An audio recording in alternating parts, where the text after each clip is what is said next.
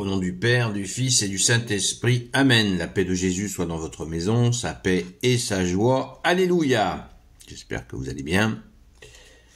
Nous lisons le Saint-Évangile selon Saint Luc, chapitre 11, versets 29 à 32. Que ta parole, ô Jésus, rentre dans mon esprit, que ma bouche proclame ta parole et que mon cœur l'accueille. Amen. Comme la foule devenait plus nombreuse, Jésus se mit à dire « Cette génération est une génération mauvaise. Elle peut chercher un signe, on ne lui en donnera pas d'autre que le signe de Jonas.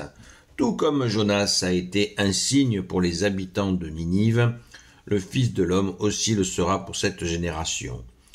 La reine du Sud ressuscitera pour le jugement avec les hommes de cette génération, et elle les accusera, car elle-même est venue du bout du monde pour entendre la sagesse de Salomon. Et ici, il y a mieux que Salomon.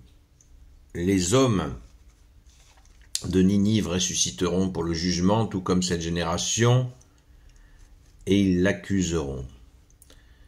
Car eux se sont convertis à la prédication de Jonas, et ici, il y a mieux que Jonas. Alléluia, merci Jésus. Nous avons là, pour ceux qui en doutent, que Jésus est bien la continuité de ce qui avait été annoncé dans l'Ancien Testament. Dans la première alliance, Jésus fonde la nouvelle alliance, et cette allusion à Ninive, Jonas, eh bien c'est tout simplement le prophète Jonas qui était venu, qui a été envoyé par le Père de Jésus, notre Père, dans cette ville de Ninive où il y avait énormément de péchés, ces péchés, cette injustice montait au ciel et il y avait un risque que cette ville soit détruite à cause de son péché énormissime, on ne nous dit pas lequel. Et Jonas, malgré de nombreuses réticences, vous pouvez lire si vous avez la Bible, vous pouvez la lire, ou vous trouvez un extrait sur Internet sans problème. Eh bien, Jonas n'était pas trop chaud pour y aller, il a freiné des cas de fer, mais au final, il a quand même accompli sa mission, comme quoi Dieu sait ce qu'il fait. Et il a réussi à leur dire de se repentir, et ça avait très mal commencé pour Jonas, et ça s'est très bien terminé, puisque les gens de Ninive se sont convertis. Donc c'est cette allusion que tu fais, bien-aimé Jésus, à la conversion. Et on nous donne cette parole en plein carême. Vous voyez, on revient toujours aux deux phrases de Jésus pendant le carême, qui n'est pas jeûner pendant 40 jours, qui est bien convertissez-vous et croyez en la bonne nouvelle. Voilà, donc cette ville a fait pénitence. À l'époque, il s'était assis il s'habillait avec des sacs de toile de jute pour faire pénitence, et ils s'asseyaient sur les cendres pour montrer leur regret de leur faute. Et Dieu le Père a entendu leur repentir et la ville a été épargnée. Et la précision, Jésus donc montre après la question de la fameuse reine du Sud qui est venue et qui a cru, qui est venue écouter Salomon, la sagesse de Salomon, et qui en a été touchée. Et Jésus, vous voyez, encore une référence à l'Ancien Testament pour montrer la conversion. Cette reine du Sud est venue pour chercher la révélation de Dieu. La première, celle aux Hébreux. Eh bien, elle est venue et elle a cru. Et Jésus fait ce comparatif avec cette génération à laquelle il a affaire quand il était là, qui ne voulait pas se convertir. Et pourtant, quel sacrilège en sa présence, puisque Jésus dit « Et ici, il y a mieux que Salomon ». C'est-à-dire qu'il ne leur dit pas « Vous avez le Fils de Dieu devant vous, bande d'imbéciles ». Non, Jésus ne parle pas comme ça. C'est moi qui parle comme ça. Jésus est doux et humble de cœur. Il y va mollo, doucement. Il a cette humilité. Il veut que les gens ils percutent d'eux-mêmes. C'est cela que cherche Jésus. Et à propos de Jonas dont je viens de vous parler, Jésus dit aussi « Et ici, il y a mieux que Jonas ». Bien sûr que Jonas est un simple prophète, Jésus est Dieu. Il est dans le Père est en lui. Et les deux relationnent dans l'Esprit Saint.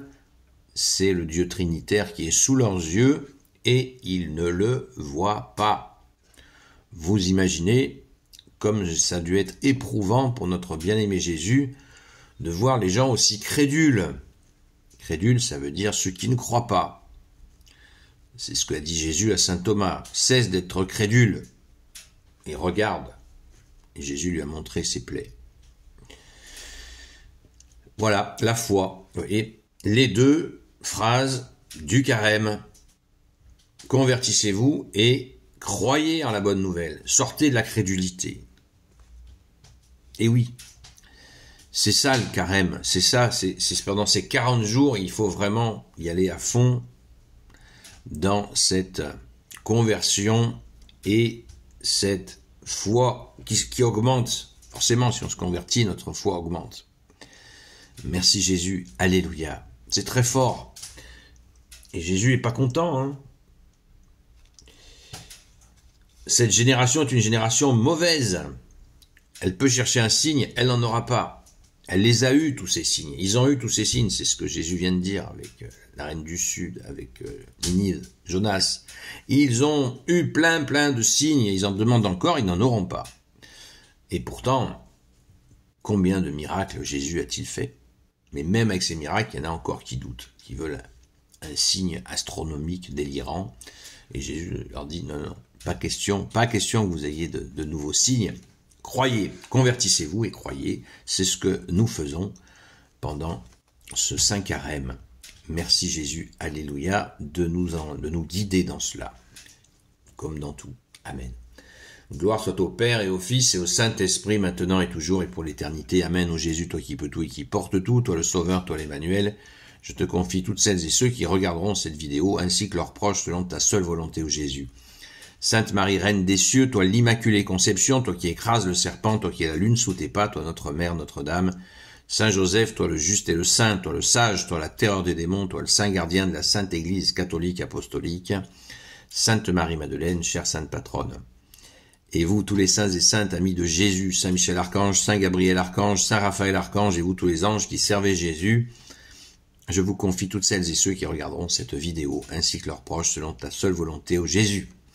Rendez-vous ce soir à 20h pour notre soirée quotidienne, 20h à 22h, où nous prions pour celles et ceux qui souffrent et nous répondons aux questions, je ne suis pas le seul à le faire, sur la foi catholique et notamment sur ce carême qui préoccupe beaucoup d'entre nous. Donc, à tout à l'heure, à la grâce de Jésus, d'ici là, et pour la nuit comme le jour, supplions Jésus de libérer la France des ténèbres. Car la situation est sous haute tension avec cette folie de vouloir fabriquer une guerre avec les Russes qui sont nos frères, qui ne nous ont rien fait, qui dans l'histoire, nous ont sortis de situations absolument terribles. Donc, rendons grâce à Jésus, certainement par la grâce de Jésus, car ils sont chrétiens comme vous et moi. Catholiques, nous le sommes, eux ils sont orthodoxes. À très vite.